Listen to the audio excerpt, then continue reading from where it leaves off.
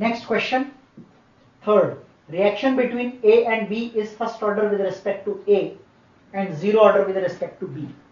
चलिए, तो आपको दे दिया है कि जब आप रेट एक्सप्रेशन लिखोगे तो ए के पावर में 1 आएगा और बी के पावर में 0 आएगा, यानी बी की कॉन्सेंट्रेशन को बढ़ाने या कम करने से कोई फर्क पड़ने वाला नहीं है।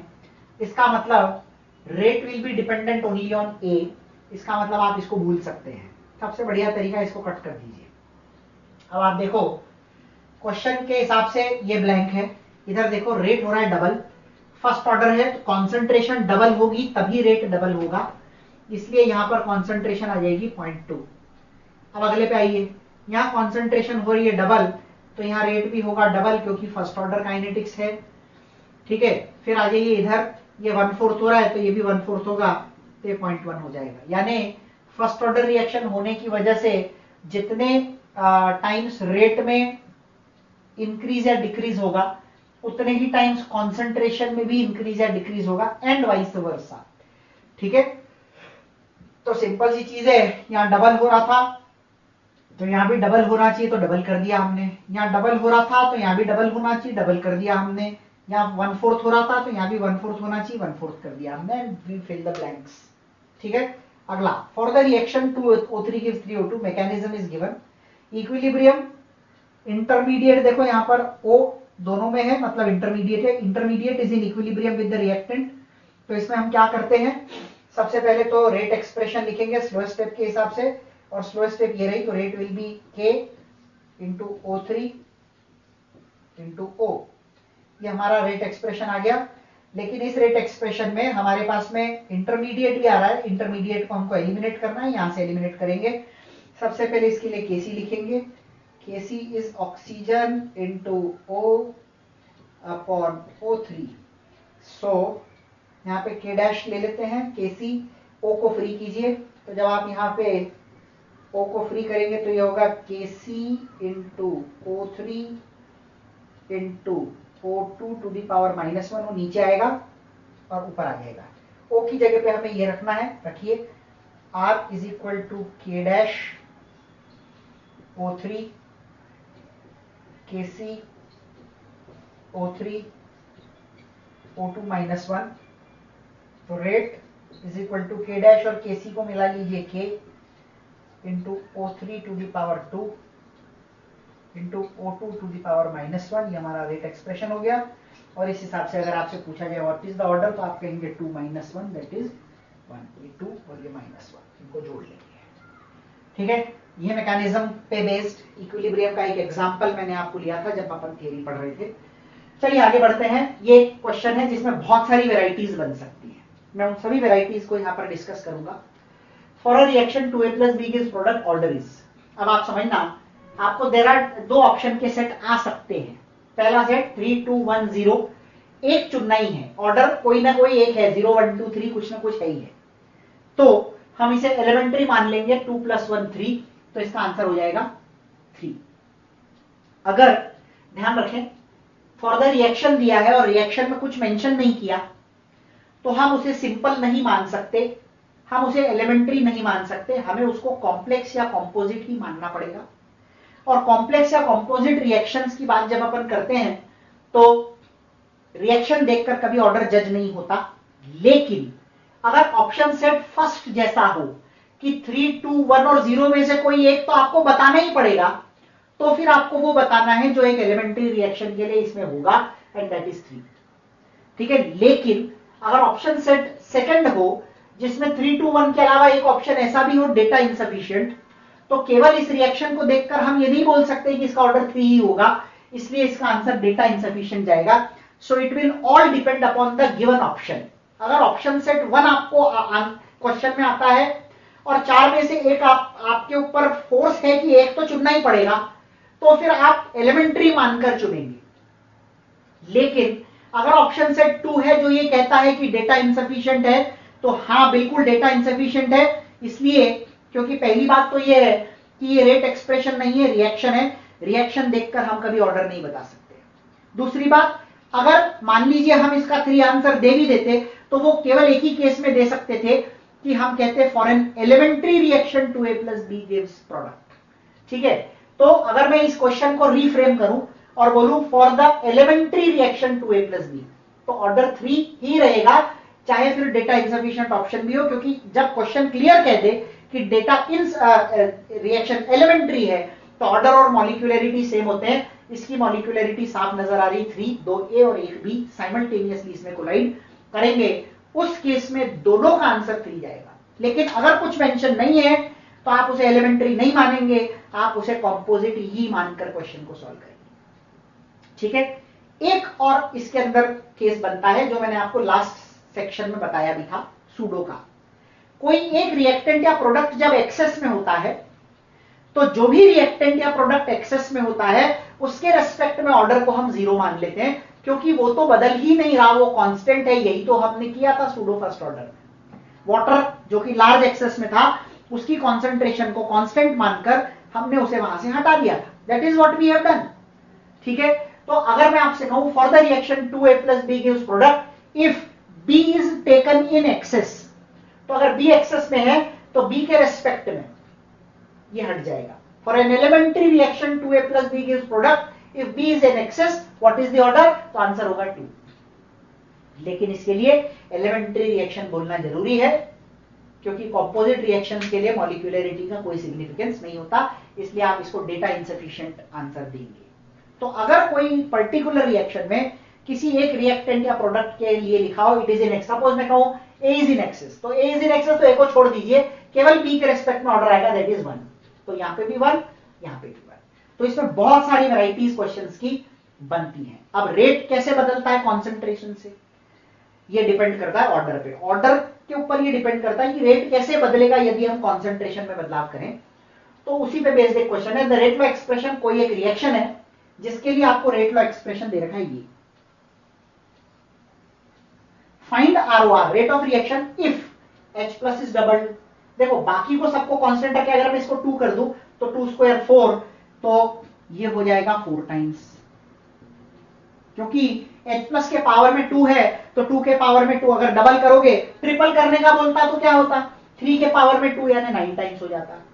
ऑल रिएक्टेंट्स आर ट्रिपल, ये भी 3, ये भी 3, ये भी 3, तो 3 into 3 into 3 square that is 9, 3 into 3 is 9, into 9 is 81।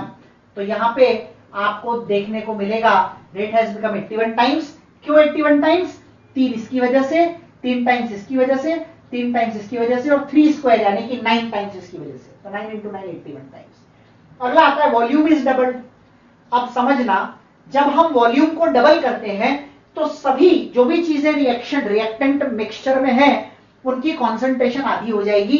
तो ये हो जाएगा 1/2, ये हो जाएगा 1/2, ये हो जाएगा 1/2 टू द पावर 2, यानी ये हो जाएगा 1/16। ठीक है, अगला आता है pH इज इंक्रीज्ड बाय 1। देखो समझना, आपने आयनिक में पढ़ा pH अगर 1 से बढ़ा दे तो H प्लस जो है वो 1/10 हो जाएगा। pH बढ़ाने का मतलब क्या होता है? H प्लस की कॉन्सेंट्रेशन घटाना। pH अगर आपने 1 यूनिट से बढ़ाया तो H plus 10 to the power -1, पहले मान लो H प्लस की वैल्यू 1 थी तो 1/10 हो गई, यानी 1/10 हो जाएगी।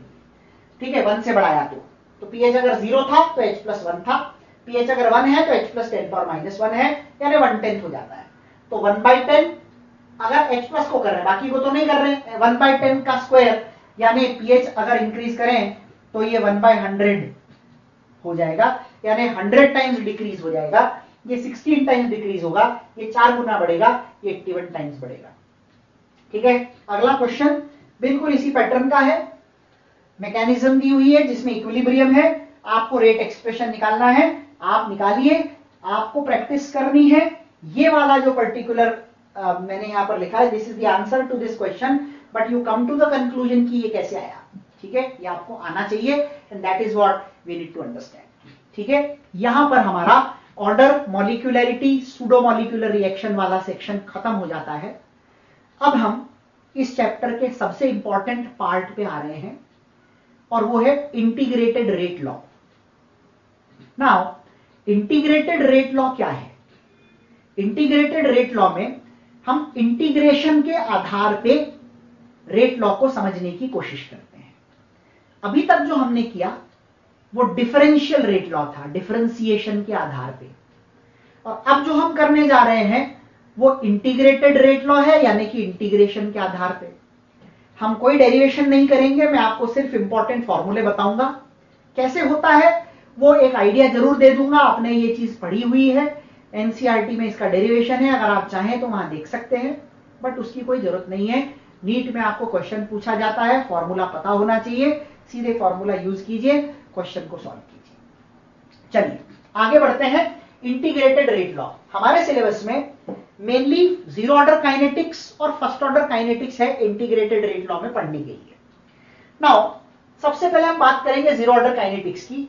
हमने एक रिएक्शन ले लिया, रिएक्टेंट गिव्स प्रोडक्ट, एक सिंपल रिएक्शन है, ठीक है। इसके लिए अगर मुझे रेट एक्सप्रेशन लिखना पड़े तो मैं लिखूंगा minus D R by D T, that is rate, and zero order है तो k into R to the power zero, और R to the power zero हम जानते हैं 1 होता है, ठीक है।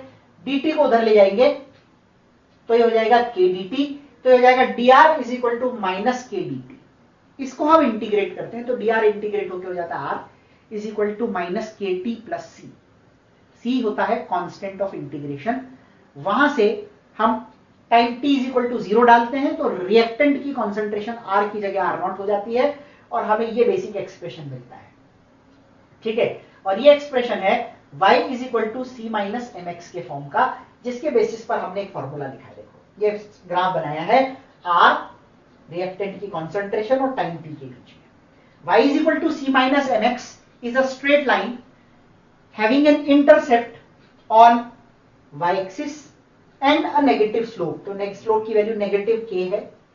इसको जब आप शफल करते हैं तो k का एक्सप्रेशन कैसे निकाला जाए?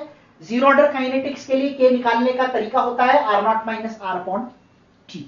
तो ये चीज अपने को यहां पर ध्यान रखनी है।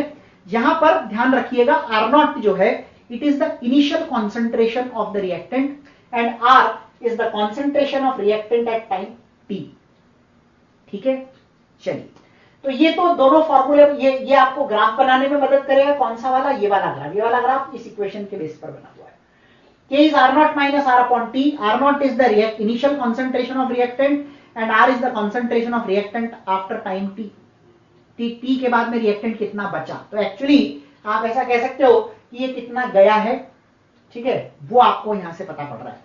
आर नॉट इनिशियल है, टाइम टी पे कितना है, तो इनिशियल माइनस कितना है गिव्स यू कितना गया, and that actually is there in the expression. तो are not minus R is how much is gone, कितना रिएक्टेंट रिएक्ट कर गया, ठीक है।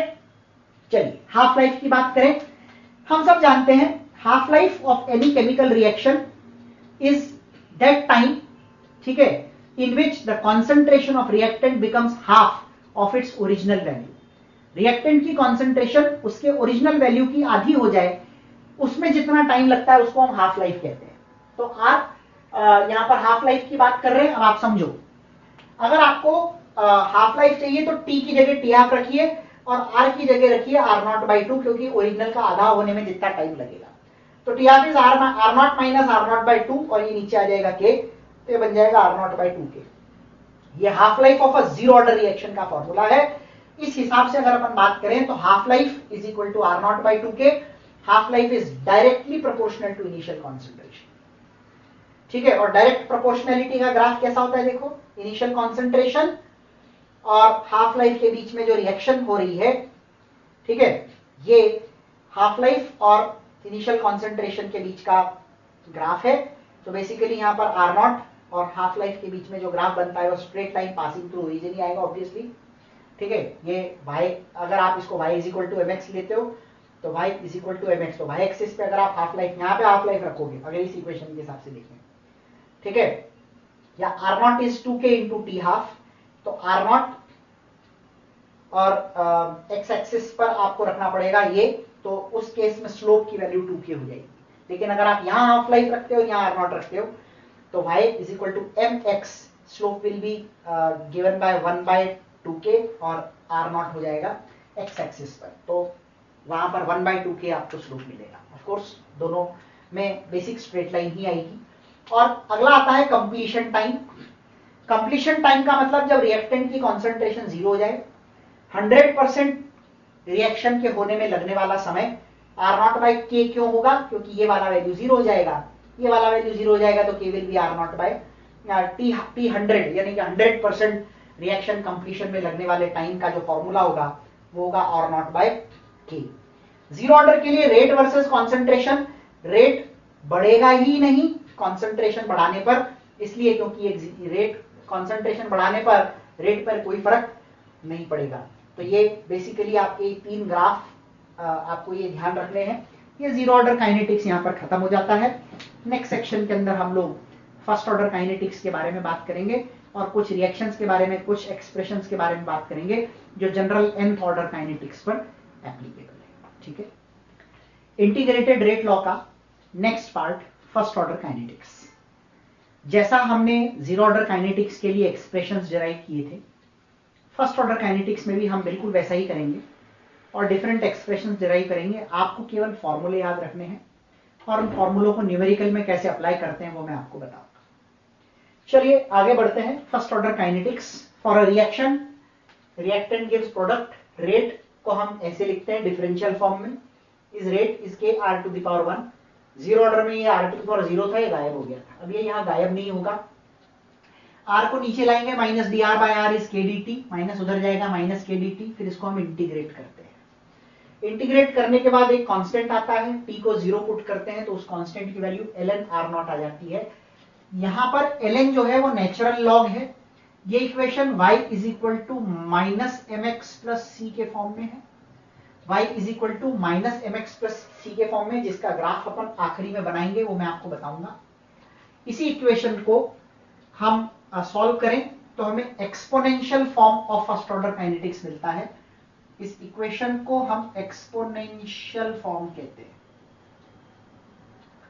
ठीक है, चलिए यहां पर ln और log के बारे में हम जानते ही हैं कि log ln को log बनाना है तो 2.303 log इज ln, ये होता है। log में हम ऑलरेडी पढ़ चुके हैं ये चीज कि 2.303 log जो होता है बेस 10 इज नेचुरल लॉग।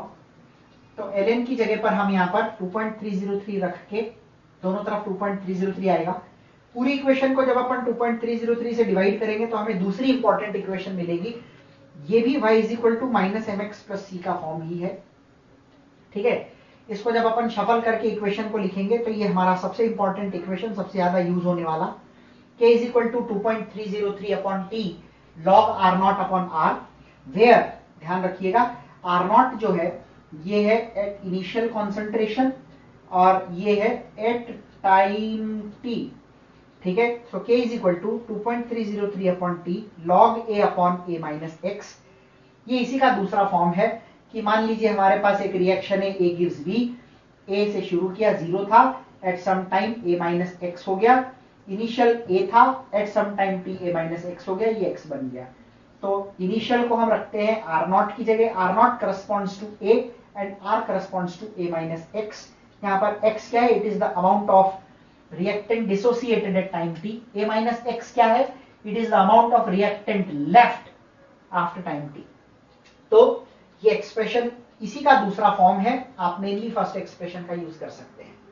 एक और इसमें बेसिक फॉर्मेट सेम रहेगा लेकिन कंडीशंस बदल जाएगी। कई रिएक्शंस में हमको जो क्वेश्चन में वैल्यू दी होती है वो 0 से नहीं दी होती, एक टाइम इंटरवल की वैल्यू दी होती है, यानी बिटवीन टू टाइम। अभी तक अपन ने ये जितने भी एक्सप्रेशन निकाले हैं आर नॉट इनिशियली, यानी कि इनिशियली 0 टाइम पे कितना कॉन्सेंट्रेशन था, यहाँ पर T1 और T2 है, a minus x1 a minus x2 ये इनकी कॉन्सेंट्रेशन है। ठीक है, तो T1 को हम इनिशियल मानेंगे और T2 को फाइनल मानेंगे, a minus x1 upon a minus x2 देखो रख दिया, और इन दोनों के बीच का टाइम T2 माइनस T1 होगा, ये T2 माइनस T1 रख दिया। तो हमारा एक्सप्रेशन बन गया k is equal to 2.303 upon T2 minus T1 log a minus x1 upon a minus x2। ठीक है, इसके अलावा एक बहुत इंपॉर्टेंट कंडीशन पे कई बार क्वेश्चन पूछा जाता है, इस पे एक आध दो क्वेश्चंस मैं आपको करा दूंगा तो आपको आइडिया लग जाएगा कैसे। If the volume of reactant in volumetric analysis और information about angle of rotation और वॉल्यूम ऑफ गैसियस प्रोडक्ट्स, ध्यान रखें अभी तक अपन जो क्वेश्चंस कर रहे थे, अभी तक अपन जो कॉन्सेप्ट पढ़ रहे थे वो रिएक्टेंट के आधार पे था। कई क्वेश्चंस में आपको प्रोडक्ट में गैसियस प्रोडक्ट जो बन रहा है उसका वॉल्यूम बताया जाता है eight the end of first order reaction अगर गिवन हो, तो हमारे पास में जो फॉर्मूला होता है वो हो जाता है 2.303 upon t log v infinity minus v naught, upon b infinity minus v t. Infinity क्या होता है? इंफिनिटी का मतलब एट इनफाइनाइट टाइम, आप ऐसा भी कह सकते हो at the end of the reaction. B infinity मतलब the volume of the gaseous products obtained at the end of the reaction और the volume of the reactants in the volumetric analysis at the end of the reaction. Infinity उसको generally देते हैं। VT जो है at time T है। V nought यहां पर क्या है? Initial volume. जैसे इस केस की बात करें गैसियस प्रोडक्ट्स वाले की, तो इनिशियली तो प्रोडक्ट होते ही नहीं है, तो ज्यादातर केसेस में वी नॉट की वैल्यू आपको 0 ही पुट करनी होगी और एंगल ऑफ रोटेशन के लिए केवल v की जगह r हो जाता है, बाकी एक्सप्रेशन जो है एग्जैक्टली सेम है, एक्सप्रेशन में कोई फर्क नहीं है। तो ये फर्स्ट ऑर्डर काइनेटिक्स में यूज होने वाले डिफरेंट फॉर्म्स हैं। सेम एक्सप्रेशन के डिफरेंट फॉर्म्स के बारे में बात करते हैं। जैसे हमने जीरो ऑर्डर काइनेटिक्स में हाफ लाइफ की बात की थी, वैसे हम यहां पर भी हाफ लाइफ की बात करते हैं। रूल वही है, it is that time in which the concentration of reactant becomes half of the original value. Original value का आधा हो जाए उतने टाइम को हम हाफ लाइफ के नाम से जानते हैं। चलिए देखते हैं जरा यहां पर क्या होगा। यहां हाफ लाइफ का मतलब हो जाएगा आर की value, same concept r not by 2 हो जाएगा। यहां पर आर नॉट बाई 2 रखोगे तो ये log 2 हो जाएगा और log 2 की वैल्यू 0.3010 होती है। इसलिए देखिए मैंने वहां पर टी हाफ इज 2.303 इंटू 0.3010 रखा है। ध्यान रखिएगा इसका प्रोडक्ट का वैल्यू जो आता है वो 0.693 आता है। तो हमारा फॉर्मूला हो जाता है t half is equal to 0.693 by k. ठीक है, उसी तरह अगर आप नेचुरल लॉग की बात करें तो ये वाले एक्सप्रेशन को अगर आप देखोगे तो ये एक्सप्रेशन ln है, ln, ठीक है, और वो तो 2 हो ही जाएगा, जो यहां पर log 2 लिखा है वो ln2 हो जाएगा बाय के। सो ये भी हाफ लाइफ का एक्सपोनेंशियल फॉर्म, या यूं कहें कि नेचुरल लॉग के फॉर्म में हाफ लाइफ का एक्सप्रेशन है t half is ln2 by के।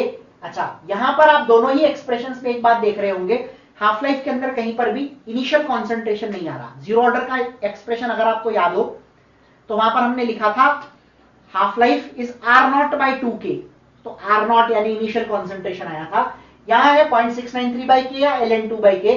सो आप ऐसा कह सकते हैं half life is independent of initial concentration. अब ध्यान देना यहां पर एक ट्रेंड डेवलप होता है। जीरो ऑर्डर में half life was directly proportional to initial concentration. First order में half life is independent of initial concentration. Second order में half life becomes inversely proportional to the initial concentration. Third order में half life becomes inversely proportional to the square of the initial concentration, inversely proportional to the square. तो ये एक trend है, उसके basis पर यहां पर मैंने एक जनरल फॉर्मूला लिखा है, ये देखिए t half is proportional to R naught to the power 1 minus n, where n is the order of reaction. आप चाहो तो करके देख लो, n की वैल्यू जब आप 0 पुट करते हो तो 1 माइनस 0 आ जाता है 1। T half is directly proportional to R naught, initial concentration से डायरेक्ट प्रोपोर्शनल है। ठीक है, n की वैल्यू 1 रखते हैं तो 1 माइनस 1 0 हो जाता है, इट बिकम्स इंडिपेंडेंट। 2 रखोगे तो ये इनवर्स में आ जाएगा, तो half life will become inversely proportional to initial concentration second order में। थर्ड ऑर्डर में inversely proportional to the square हो जाएगा एंड सो ऑन चलता जाएगा। ठीक है, यहां पर जीरो ऑर्डर, फर्स्ट ऑर्डर और सेकंड ऑर्डर में हाफ लाइफ का क्या इंपॉर्टेंस है उसके बारे में आपको थोड़ा सा बता देते हैं। क्या फर्क होता है जब आप एक जीरो ऑर्डर, एक फर्स्ट ऑर्डर, एक सेकंड ऑर्डर को सेम कॉन्सेंट्रेशन के साथ शुरू करते हो और उस पर्टिकुलर कॉन्सेंट्रेशन पे तीनों की हाफ लाइफ सेम होने के बाद भी एक पर्टिकुलर रिएक्शन को खत्म करने में कितना टाइम लगता है, वो बेसिकली यहां पर आपको इसमें देखना है। ठीक है, तो बेसिकली यहां पर क्या होता है, जैसे अगर अपन जीरो ऑर्डर की बात करें तो हमने कहा half life is directly proportional to initial concentration. तो अगर इनिशियल कॉन्सेंट्रेशन आधी हो गई तो हाफ लाइफ भी आधी हो जाएगी, इनिशियल कॉन्सेंट्रेशन डबल हो गई तो हाफ लाइफ भी डबल हो जाएगी। अब देखो, जब हमने शुरू किया तो कॉन्सेंट्रेशन 10 थी, अब 5 हो गई। कॉन्सेंट्रेशन आधी हो गई तो हाफ लाइफ भी आधी हो जाएगी, कॉन्सेंट्रेशन फिर आधी हो गई तो हाफ लाइफ फिर आधी हो जाएगी, कॉन्सेंट्रेशन फिर आधी हो गई तो हाफ लाइफ फिर आधी हो जाएगी, और ऐसे चलता जाएगा। अब मैं आपसे कहूं कि 10 से 0.625 आने में, 10 से 0.625 आने में कितना टाइम लगा for a zero order reaction, तो ये सबको जोड़ोगे 35, 37.5, तो हो गया 37.5 मिनट्स। अगर मैं पहले को 20 मिनट्स मानूं तो हो गया। ठीक है, अब आते हैं फर्स्ट ऑर्डर पे। First order is independent of initial concentration. तो इनिशियल कॉन्सेंट्रेशन कुछ भी हो, हर बार हाफ लाइफ 20 ही रहेगी, हर बार आधा होने में 20 मिनट लगेंगे, तो यहां पर आपको टोटल 80 मिनट लग जाएंगे। और अगर अपन यहां पर बात करें सेकंड ऑर्डर की, तो सेकंड ऑर्डर में मैंने आपको बताया अभी आप यहां 2 पुट करोगे तो ये इनवर्स हो जाएगा। तो half life is inversely proportional to initial concentration, यानी इनिशियल कॉन्सेंट्रेशन आधी होगी तो हाफ लाइफ डबल हो जाएगी। इनिशियल कॉन्सेंट्रेशन आधी हो गई, हाफ लाइफ डबल कर दो, फिर आधी हो गई, फिर डबल कर दो, फिर आधी हो गई, फिर डबल कर दो। तो ये कितना हो गया 160 एंड 40 200 280 300। तो 300 मिनट आपको सेकंड ऑर्डर काइनेटिक्स के इक्वेशन के अंदर लगने वाले हैं। ठीक है, तो ये सिंपल सी चीज है। अच्छा 2.5 बचा, ये तो हो गया हाफ लाइफ। 2.5 अगर फर्स्ट ऑर्डर काइनेटिक्स की बात करूं, अच्छा ये जो रिलेशंस मैंने यहां पे लिखे हैं this is for first order only. ये रिलेशन सीधे सीधे आपको ध्यान रखने हैं। 75% के बाद में ये 2.5 10 में से 2.5 गया, इस बीच वाले लाइन को देखना क्योंकि फर्स्ट ऑर्डर यही है, इसमें हाफ लाइफ बदलती नहीं, इसलिए आप डायरेक्ट फॉर्मूला बना सकते हैं। 2.5 बचा यानी 7.5 खत्म हो गया, 7.5 खत्म होने में 2t हाफ लगे।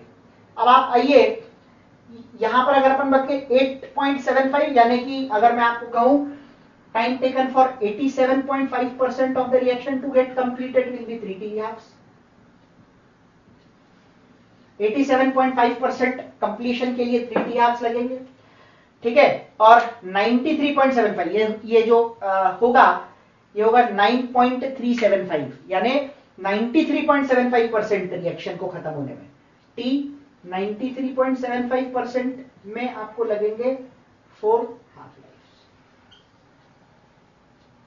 ठीक है, तो ये सारे फॉर्मूले हो गए। 75% के लिए 2t हाफ्स, ये रहा 75% 2t हाफ्स, फिर 87.5% 3t हाफ्स, फिर 93.75% 4t हाफ्स। ठीक है, उसी तरह 99 और 90 में रिलेशन है डबल होता है, उसी तरह से 99.9 और 99 में रिलेशन है 1.5। ये जो फॉर्मूले हैं ये आपको बहुत हैंडी होंगे जब आपको न्यूमेरिकल्स करने होंगे। सो बी वेरी केयरफुल और इनको ध्यान रखिए। फटाफट से ग्राफ देख लेते हैं। मैं आपको ऑलरेडी बेसिक आइडिया दे ही चुका हूं कि ग्राफ कैसे होता है। पहला ग्राफ आपका इस इक्वेशन पे बेस्ड है, y equal to minus M x plus c, straight line. ठीक है, having an intercept on y axis and negative slope. तो स्ट्रेट लाइन ln r और t के बीच में है, ये स्ट्रेट लाइन आ गया, और स्लोप की वैल्यू m से आती है और m जो है वो k को इंडिकेट कर रहा है। तो नेगेटिव स्लोप है तो स्लोप की वैल्यू माइनस k होगी, ध्यान रखिएगा। उसी तरह से जब अपन यहां पर आते हैं तो minus k upon 2.303 will give you the slope.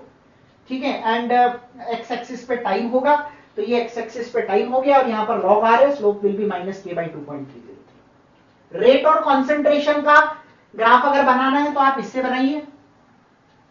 ये इक्वेशन होगी y is equal to mx, so it is a straight line passing through origin. तो ये देखिए straight line passing through origin हो गया।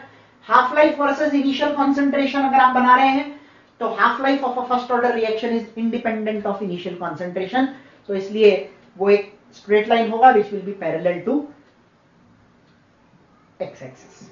ठीक है, तो यहां पर हमारा इंटीग्रेटेड रेट लॉ का मेन पार्ट जो फर्स्ट ऑर्डर और जीरो ऑर्डर काइनेटिक्स है वो हो गया है। अगले सेशन में मैं थोड़ा बहुत आपको nth ऑर्डर काइनेटिक्स के बारे में बताऊंगा और फिर अपन इस सेक्शन से रिलेटेड न्यूमेरिकल सॉल्व करेंगे। चलिए बच्चों, इंटीग्रेटेड रेट लॉ के अंदर एक लास्ट चीज और, nth ऑर्डर रिएक्शन यानी इन जनरल अगर हमारे पास में 0 और 1 के तो मैं आपको बता चुका हूं, उसके अलावा सेकेंड ऑर्डर थर्ड ऑर्डर का कभी बाई चांस क्वेश्चन आ जाए, वैसे it is very rare. NEET के अंदर हमें या तो 0 ऑर्डर का क्वेश्चन आता है या फर्स्ट ऑर्डर का क्वेश्चन आता है। तो अगर किसी दूसरे ऑर्डर का क्वेश्चन आ जाए तो उसके लिए एक जनरल इक्वेशन डिराइव की जा सकती है। डिराइव हम नहीं करेंगे, जस्ट मैं आपको एक फॉर्मूला बता रहा हूं, you just need to remember that.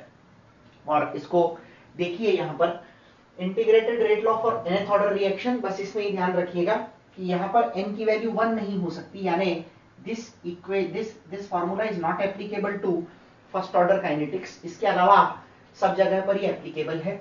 k is 1 by t into n minus 1, n में n की जगह पर केवल आप ऑर्डर का वैल्यू रखेंगे। 1 by r to the power n minus 1 minus 1 by r naught to the power n minus 1। मान लीजिए मुझे सेकंड ऑर्डर काइनेटिक्स की बात करनी है तो मैं n की जगह पर 2 सब्स्टिट्यूट कर दूंगा, 2 minus 1 2 minus 1 2 minus 1, 1 by t 1 by r minus 1 by r naught. ये है k का expression for a second order kinetics. ठीक है। इसी तरह से अब आप हाफ लाइफ निकालना चाहते हैं तो r की जगह r0/2 रख दीजिए, तो 2 - 1 अपॉन r0, तो हो जाएगा t half is t half is 1 upon r0 into k।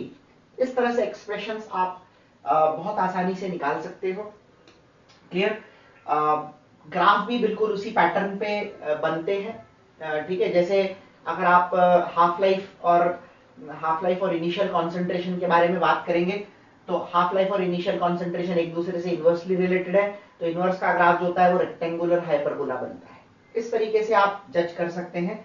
ये 2-3 कुछ इंपॉर्टेंट पॉइंट्स हैं जो आपको याद रखने हैं।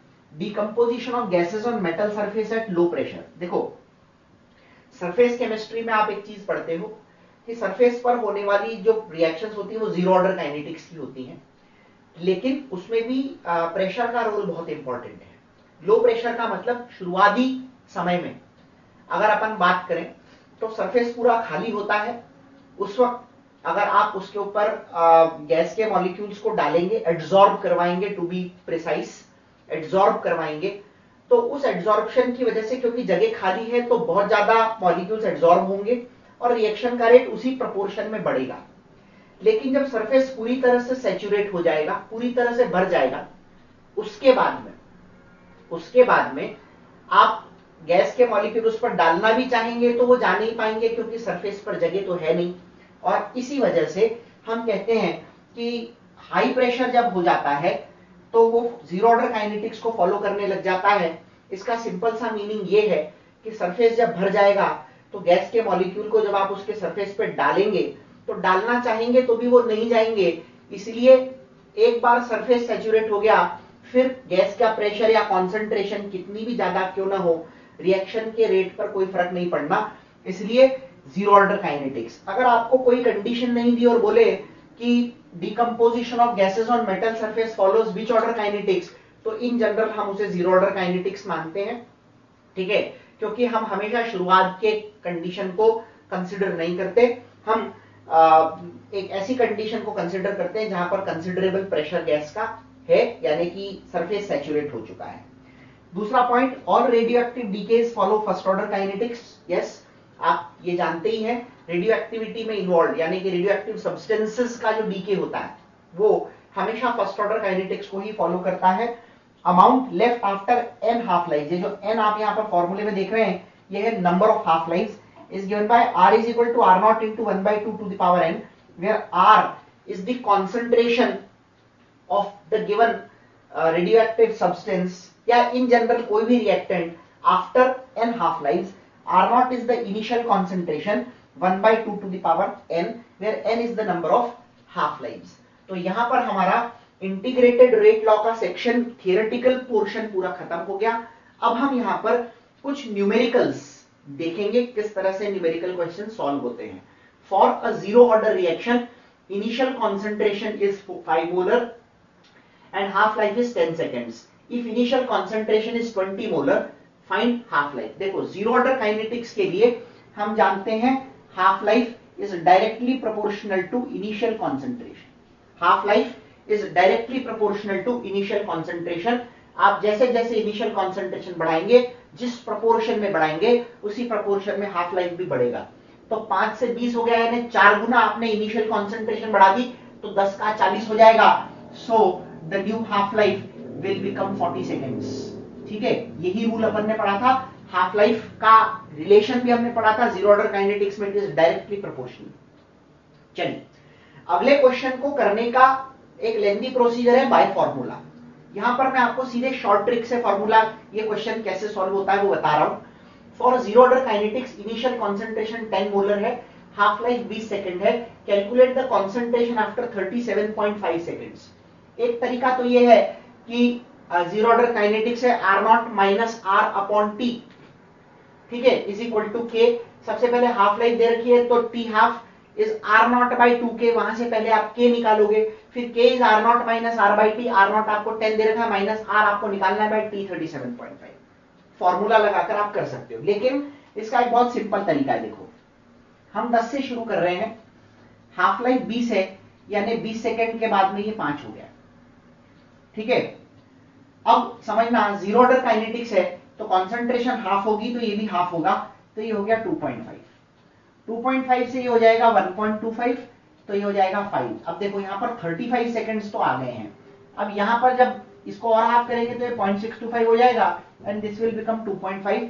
तो 20 प्लस 10 30, 35 एंड 37.5 पूरा ऊपर के ये चारों चीजों को जब आप मिला रहे हो तो वही टाइम आ रहा है जो आपको क्वेश्चन में पूछा है। क्वेश्चन पूछ रहा है 37.5 सेकंड्स के बाद कॉन्सेंट्रेशन क्या रह गई, तो आंसर इज 0.625। ये एक शॉर्ट ट्रिक है, कोशिश कीजिए कहीं पर भी क्वेश्चन सॉल्व करना पड़े तो हम इस तरह की शॉर्ट ट्रिक का यूज करें। फॉर्मूले से ये क्वेश्चन निश्चित हो सकता है लेकिन that will be very lengthy, तो कोशिश कीजिए कि इसको अपन इस तरीके से सॉल्व करें। ठीक है, अगला अ ड्रॉप ऑफ सॉल्यूशन, ये अच्छा क्वेश्चन है। 0.05 millilitre contains 3 into 10 power minus 6 moles of H plus, K for disappearance of H plus। देखो ये जो H plus का ड्रॉप आपको दे रखा है, ठीक है, इसके डिसअपियर होने की बात हो रही है, यानी कि रिएक्शन खत्म होनी है। सो आप रिएक्शन कंप्लीशन का फॉर्मूला डेफिनेटली लगा सकते हैं, आप रिएक्शन कंप्लीशन का फॉर्मूला डेफिनेटली लगा सकते हैं, लेकिन कौन से काइनेटिक्स, देखो एक चीज मैंने आपको फर्स्ट ऑर्डर काइनेटिक्स में जो है वो पॉइंट वहां पर रह गया, मैं आपको बता दूं। जैसे हमने फर्स्ट ऑर्डर काइनेटिक्स में बात की थी कि फर्स्ट ऑर्डर काइनेटिक्स में कंप्लीशन टाइम का फॉर्मूला होता है R नॉट बाई के, और हाफ लाइफ का होता है R नॉट बाई 2K, यानी जितनी देर में आधा होगा उससे डबल देर में खत्म हो जाएगा, यानी हाफ लाइफ का डबल होता है T 100% इज ट्वाइस T 50%। लेकिन जब आप फर्स्ट ऑर्डर काइनेटिक्स में वही कंडीशन लगाओगे कंप्लीशन के लिए तो you will find that it will take infinite time to get completed. या आप ऐसा भी कह सकते हैं कि फर्स्ट ऑर्डर काइनेटिक्स की रिएक्शंस कभी खत्म नहीं होती। तो सबसे पहले तो हमें ये चेक करना पड़ेगा कि क्या ये फर्स्ट ऑर्डर है, तो कैसे चेक करेंगे, देखो K का यूनिट है मोल पर लीटर पर सेकेंड, यहां से हमें क्लियर हो जाता है कि ये एक जीरो ऑर्डर काइनेटिक्स है, और हमें T कंप्लीशन का फॉर्मूला लगाना पड़ेगा R नॉट बाय 2K, ठीक है ना। तो यहां पर हमें कंप्लीशन तो R नॉट बाई के, हाफ लाइफ नहीं है, R नॉट बाई के लगाना पड़ेगा। सबसे पहले तो हम कॉन्सेंट्रेशन निकालेंगे। H प्लस आयन की कॉन्सेंट्रेशन निकालने के लिए मोल पर लीटर होता है, मोल्स आपको दे रखे हैं 3 into 10 to the power minus 6 divided by millilitre में है, इसको लीटर में बदलना पड़ेगा, 5 into 10 power minus 2 millilitre divided by 1000 करेंगे तो ये यहां आ जाएगा, दिस विल बी 3/5, 3/5 होता है 0.6, ठीक है, ये ऊपर जाएगा तो ये हो जाएगा इंटू ये ऊपर जाकर हो जाएगा 10 to the power 5, ये 10 power minus 6 है तो ये हो गया into 10 to the power minus 1 या 6 into 10 to the power minus 2, ठीक है। अब देखिए आपको T 100% का फॉर्मूला होता है R नॉट बाय के, R नॉट की वैल्यू आपको दे रखी है 6 into 10 to the power minus 2 और K की वैल्यू ये रही 10 to the power 7, सो ये है 6 into 10 to the power minus 9 seconds। This will be the time for completely disappearing the amount of H plus present in that drop 0.05 ml। देखो सबसे पहले मैंने कॉन्सेंट्रेशन निकाली, कॉन्सेंट्रेशन होता है मोल बाय वॉल्यूम इन लीटर, ये वॉल्यूम मिलीलीटर में था तो डिवाइड बाय 1000 करके इसे लीटर में बदला और ये कॉन्सेंट्रेशन आ गई 0.6 into 10 power minus 1 या 6 into 10 power minus 2, ठीक है। 100% कंप्लीशन के लिए हाफ लाइफ 100% कंप्लीशन का फॉर्मूला होता है R नॉट बाई के, सो 6 into 10 power minus 2 by 7 is 6 into 10 power minus 9 seconds। इस तरह से ये क्वेश्चन सॉल्व हो जाएगा। देखो अगले क्वेश्चन के लिए मैंने जगह नहीं छोड़ी क्योंकि ऐसे क्वेश्चन के लिए आपको पेन उठाने की जरूरत नहीं है, ठीक है। क्वेश्चन पढ़ो ध्यान से। For first order reaction R naught is 20 molar and it takes 5 seconds for 60% completion, and it takes 5 seconds for 60% completion. If the concentration is 40 seconds, calculate the time for 60% completion। देखो एक simple सी चीज है, half life या 50% completion में first order kinetics में initial concentration से ये independent होता है, यानी इनिशियल कॉन्सेंट्रेशन क्या है इससे फर्क नहीं पड़ता कि फर्स्ट ऑर्डर काइनेटिक्स में 50% खत्म होने में कितना टाइम लगेगा। उसी तरह से 60%, 70%, 10, 20, 30% कितना भी परसेंटेज कंप्लीशन की बात हो, फर्स्ट ऑर्डर काइनेटिक्स की रिएक्शंस को खत्म होने के लिए ये इनिशियल कॉन्सेंट्रेशन से हमेशा इंडिपेंडेंट ही होता है, इस बात का अपने को हमेशा ध्यान रखना है। तो चाहे 20 मोलर से शुरू करो चाहे 40 मोलर से, 60% कंप्लीट करने में 5 सेकंड लगेंगे। ठीक है, अगर परसेंटेज सेम है तो आंसर सेम होगा, परसेंटेज अगर डिफरेंट होगा तो डेफिनेटली आंसर भी डिफरेंट होगा। तो irrespective of the initial concentration, certain percentage of a reaction in first order always gets completed in same time। मैंने जो बोला उसे आप वापस से सुनिए, ये बहुत इंपॉर्टेंट पॉइंट है। आपको इसके लिए कैलकुलेशन करोगे तो भी आंसर अल्टीमेटली वही आएगा, लेकिन आप तब तक 5 मिनट वेस्ट कर चुके होगे, हमारे पास में इतना टाइम नहीं है बेटा। ठीक है, तो ऐसी ट्रिक्स को ध्यान में रखो और क्वेश्चन को फटाफट से सॉल्व करने की कोशिश करो। चलिए आगे बढ़ते हैं। For a first order reaction आपको 80% कंप्लीशन का टाइम दे रखा है 5 सेकंड, तो 5 सेकंड 80% कंप्लीशन का टाइम है। फर्स्ट ऑर्डर रिएक्शन आपको दे रखी है, सबसे पहले यहां से आप के निकाल लेंगे। ठीक है, k is equal to 2.303 upon t, ठीक है ना, लॉग 100 बाय 80% कंप्लीट हो गया तो ये 20 हो जाएगा। इसको सॉल्व मत करो, इसको एज इट इज रखो। अब के की वैल्यू जो होती है वो होती है 2.3 से, फॉर्मूला होता है 2.303 अपॉन, हमें टी निकालना है, सेकंड वाले का डेटा अब मैं डाल रहा हूं यहां पर, लॉग 100 बाय 10। ये 2.303 से 2.303 कैंसिल हो गया, 1/5 log 5 is 1/t log 10, log 10 1 होता है बेटा, तो ये कैंसिल हो जाएगा। तो 5/0.7 t जो है, अगर आप इसको देखोगे तो ये 5/log 5 है, log 5 0.7 होता है, तो t इज 5/0.7 या यूं कहें 50/7, अप्रोक्सीमेटली 7 सेकेंड्स इसका 7 7 का 49 होता है। तो आप एग्जैक्ट भी कैलकुलेशन कर सकते हैं, बट अप्रोक्सीमेटली 7 सेकेंड्स इसका आंसर आएगा। देखो अगले क्वेश्चन के लिए भी मैंने बहुत कम जगह छोड़ी है, ऐसे क्वेश्चन के लिए डायरेक्ट फॉर्मूले मैंने आपको लिखा रखे हैं। इसलिए 99% of the reaction gets completed in, reaction completes in 5 seconds, then how much time will 99.9% reaction take? ठीक है, तो आपको पता है T99.9 is 1.5 times T99 होता है, तो बस 1.5 times 99 में कितना लग रहा है 5 seconds, तो दिस विल टेक 7.5 seconds। सीधे फॉर्मूले अप्लाई करोगे तो क्वेश्चन को सॉल्व करने में आपको बहुत ज्यादा हेल्प मिलेगी। क्लियर? चलिए अगले क्वेश्चन पे आते हैं। फॉर अ रिएक्शन के इज सेकंड इनवर्स, यानी फर्स्ट ऑर्डर काइनेटिक्स हो गया। कभी कभी आपको क्वेश्चन में कौन सा ऑर्डर है ये बताते नहीं है, लेकिन यूनिट ऑफ के को देखकर हम ये जज कर सकते हैं कि ये कौन से ऑर्डर का रिएक्शन है। ध्यान रखिए के की यूनिट देखनी है, रेट की यूनिट नहीं देखनी। रेट की यूनिट तो हमेशा मोल पर लीटर पर टाइम होगी, ठीक है, लेकिन के की यूनिट अलग अलग रिएक्शंस के लिए अलग अलग होती है, ये मैं आपको बता चुका हूं। फॉर अ रिएक्शन के दे रखा है, calculate the time required to reduce the reactant to from 10 to 2.5। देखो एक सिंपल सी चीज है, 10 to 2.5 का मतलब एक्चुअली होता है 7.5% reaction is completed. So T 75% भी हम जानते हैं ट्वाइस ऑफ टी हाफ होता है 50%। देखो ये टी हाफ है और ये टी हाफ है, तो आपको 2 टी हाफ निकालने हैं। अब हाफ लाइफ कैसे निकालते हैं, तो हम जानते हैं हाफ लाइफ जो है वो होता है 0.693 बाय के, और के की वैल्यू आपको दे रखी है 10 to the power -3, तो हो गया 693 सेकेंड्स। अब आपसे पूछा जा रहा है 75% कंप्लीशन का टाइम बताइए, तो twice of 693 that is 1386 seconds. ठीक है, इस तरह के कुछ क्वेश्चंस और हम यहां पर करेंगे अगले सेशन के अंदर। ठीक है, तो कंटिन्यू करते हैं इसको। अगला क्वेश्चन देखिए, a radioactive substance has a half life of 3 hours after 15 hours. 15 hours के बाद activity of 0.01 is required by the human body.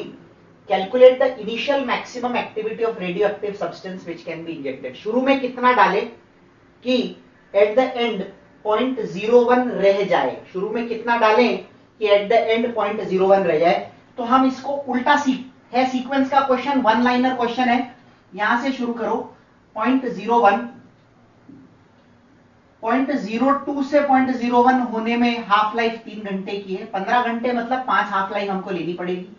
ये होगा 0.04, फिर 3, ये होगा फिर 3 में 0.08, ये होगा फिर 3 में 0.16 और फिर से 3 में 0.32।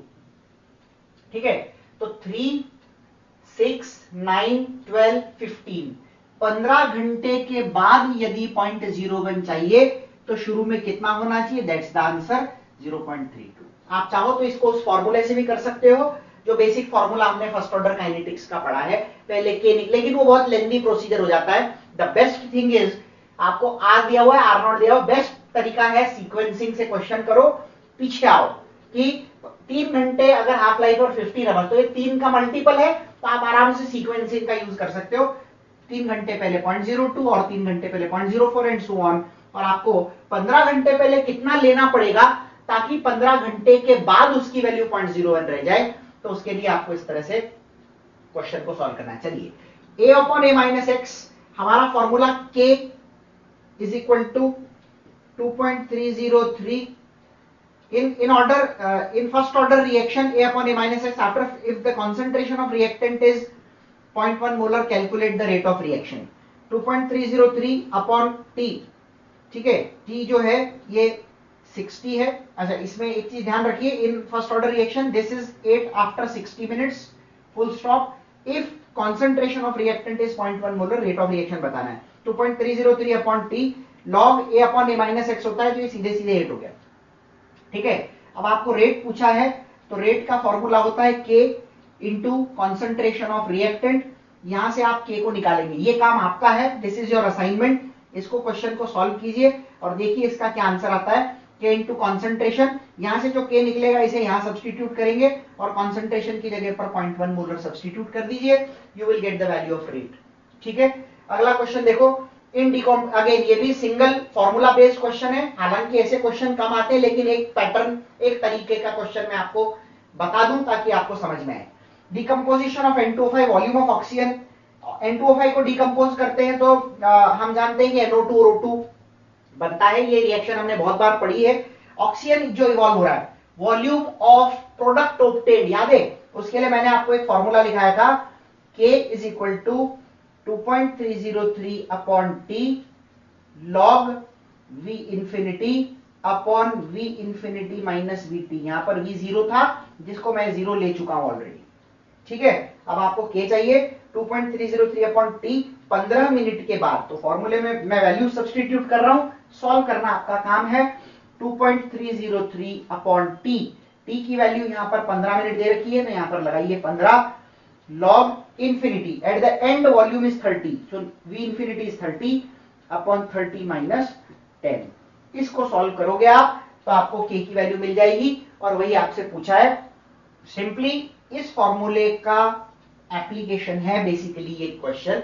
ऐसे क्वेश्चन जब भी आए V infinity minus V0 generally 0 ही रहेगा, तो V infinity upon V infinity minus VT, इसको सॉल्व करके क्वेश्चन आपका हो जाएगा।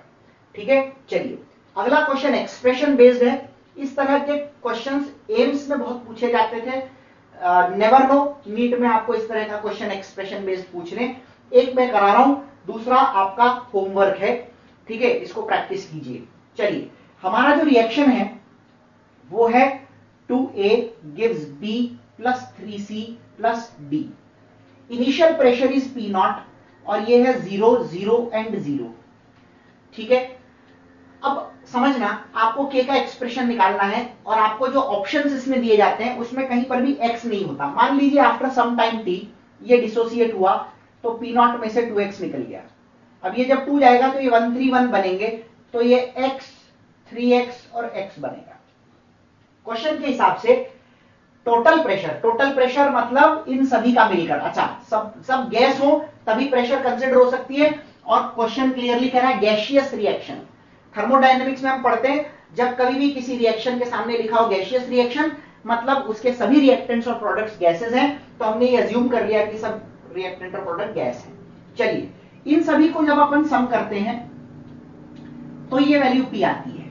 देखो, -2x और +2x कैंसिल हो जाएगा, P0, ठीक है ना, यहां पर ये -2x और +2x कैंसिल हो गया, P0 + 3x इज P, तो ये हो गया P0 plus 3x is p, तो 3x is p minus p naught, तो x की वैल्यू कितनी हो जाएगी यहां से p naught minus p by 3। अब आप समझना यहां पर हमें x को एलिमिनेट करना है एट टाइम t, यानी r नॉट की वैल्यू तो आपकी ये है और r की वैल्यू है p नॉट माइनस 2x, लेकिन हमें x नहीं चाहिए, हमें x को निकालना है और उसे यहां पर सब्स्टिट्यूट करना है। तो that's what we will do now, p naught minus 2 और x की जगह पर रखेंगे p minus p naught by 3। ठीक है, तो यहां पर 3 को ले लीजिए एलसीएम, ठीक है, ये बनेगा 3p not minus 2p plus 2p not, तो ये हो जाएगा 5p not minus 2p bye 3। बस अब इसको सब्स्टिट्यूट कर दीजिए, k के एक्सप्रेशन में एक्सप्रेशन निकालना है हमें, तो k is equal to 2.303 upon t log r naught की जगह पे तो आएगा ये p नॉट अपॉन r की जगह पे आएगा p naught minus 2x, 2x की वैल्यू वहां से हमने सब्स्टिट्यूट की तो ये आया 5p not minus 2p bye 3, तो ये आपका एक्सप्रेशन बन गया 3p not upon 5p not minus 2p, 3p not upon 5p not minus 2p। अब बिल्कुल इसी पैटर्न का क्वेश्चन है ये, इसमें बस एक बात ध्यान रखना, तीसरा वाला सॉलिड है और सॉलिड के प्रेशर को आप 0 लेंगे, यहां पर इसको डिसोसिएट मत कर देना, अदरवाइज गलती हो जाएगी। यहां पर you need to be very careful about the physical state of the reactants, they should be gases। ठीक है, तो ये आपका होमवर्क है, बिल्कुल इसी पैटर्न का क्वेश्चन है। सबसे पहले P नॉट 0 डिसोसिएट कीजिए, टोटल प्रेशर को P से इक्वेट कीजिए, यहां से आपको x निकालना है और इस फॉर्मूले में P नॉट माइनस 2x में यहां पर x की वैल्यू सब्स्टिट्यूट करके और आपको एट टाइम t जो प्रेशर आएगा वो एक्सप्रेशन निकालना है, and then R naught upon R में R की जगह पर ये रखेंगे और R नॉट की जगह पे तो P नॉट है। क्लियर, इस तरह के एक्सप्रेशन बेस्ड क्वेश्चंस आपको पूछे जाते हैं। चलिए अगले क्वेश्चन पे आते हैं। 3.4 grams of ammonia was taken in a vessel, 3.4 grams of ammonia was taken in a 5 liter vessel। तो सबसे पहले तो हम अमोनिया की मोलर कॉन्सेंट्रेशन निकालेंगे। सो 3.4 grams of ammonia divided by 17, इतने मोल्स हैं, डिवाइडेड बाय नीचे लिखेंगे 5, तो यहां पर आप इसको हटाएंगे जब तो हो जाएगा 2 by 5, 2 by 5 होता है 0.4 by 10, दैट इज 0.04 मोलर। ठीक है, अब ध्यान देना, हमको निकालना है calculate the time taken for disappearance of 40% ammonia. तो टाइम टेकन का फॉर्मूला हो जाएगा R not minus R upon K, क्योंकि जीरो ऑर्डर काइनेटिक्स है। कैसे पता लगाया मैंने, ये देखो K की यूनिट, K की यूनिट है मोल पर लीटर पर सेकंड, और मोल पर लीटर पर सेकंड का मतलब जीरो ऑर्डर काइनेटिक्स होता है, तो यहां से ये फॉर्मूला हमको यूज करना पड़ेगा। अब आप ध्यान दीजिए, ये जो पूरा टर्म है ये मैं एक साथ रखूंगा। R नॉट इनिशियल कॉन्सेंट्रेशन है, R concentration after time t है, तो R नॉट माइनस R क्या होगा, अमाउंट यूज्ड। 40% अमोनिया को डिसअपियर होना है, यानी कि अमोनिया कितना डिकम्पोज हुआ, 40% ऑफ द ओरिजिनल, 0.04 का 40%, तो आपको T निकालना है कितने परसेंट का, 40% का। ऊपर रखोगे 40% of the original ammonia, ammonia का ओरिजिनल वैल्यू है 4 into 10 to the power minus 2.04, इसका 40% यानी 0.4, ये तो हो गया ऊपर R naught upon R upon K की वैल्यू है 2 into 10 to the power minus 3, ये पॉइंट हटाओगे यहां पर आ जाएगा 10, 10 to the power minus 3 into 10 is 10 power minus 2, और ये 10 पावर माइनस 2 कैंसिल हो गया, 4 into 4 16 divided by 2 that is 8 seconds, इसका आंसर आएगा। ठीक है, चलिए अगला क्वेश्चन भी बहुत आसान है, बस थोड़ा सा ध्यान रखना है। A graph is plotted between log a minus x and t। log a minus x और t के ग्राफ में स्लोप की वैल्यू दे रखी है माइनस 0.03। अब आप देखो स्लोप की वैल्यू है माइनस 0.03, और स्लोप का एक्सप्रेशन अगर आपको याद हो तो मैंने बोला था माइनस के अपॉन 2.303 होता है। ठीक है, यहां से आपको k मिल जाएगा, k ये माइनस माइनस कैंसिल हो जाएगा, 2.303 इंटू 0.3 होता है 0.693, तो k की वैल्यू होगी 0.0693। Now rate is equal to K into concentration of reactant to the power 1, क्योंकि ये फर्स्ट ऑर्डर है। कैसे पता लगा? लॉग का ग्राफ केवल एक ही केस में आता है, फर्स्ट ऑर्डर काइनेटिक्स में। यहां पर के की वैल्यू जो है वो है 0.0693 और कॉन्सेंट्रेशन की वैल्यू देखिए यहां पर 2 मोलर दे रखी है, इसको सब्स्टिट्यूट कीजिए 6, 18, 1, 12, 13, तो इसका आंसर हो जाएगा 0.1386। स्लोप की वैल्यू से इक्वेट कर दिया और इक्वेट करने के बाद में वहां से के निकाल लिया और फिर rate is equal to K into concentration के फॉर्मूले में उसको सब्स्टिट्यूट कर दिया। क्लियर? इस तरीके से इस क्वेश्चन को सॉल्व करना है। चलिए, इसी तरह का एक क्वेश्चन है, ये आपका होमवर्क रहेगा। ठीक है, for a zero order reaction initial concentration आपको दे रखी है, after 10 minutes concentration of reactant is 0.1 molar, 0.8 molar sorry.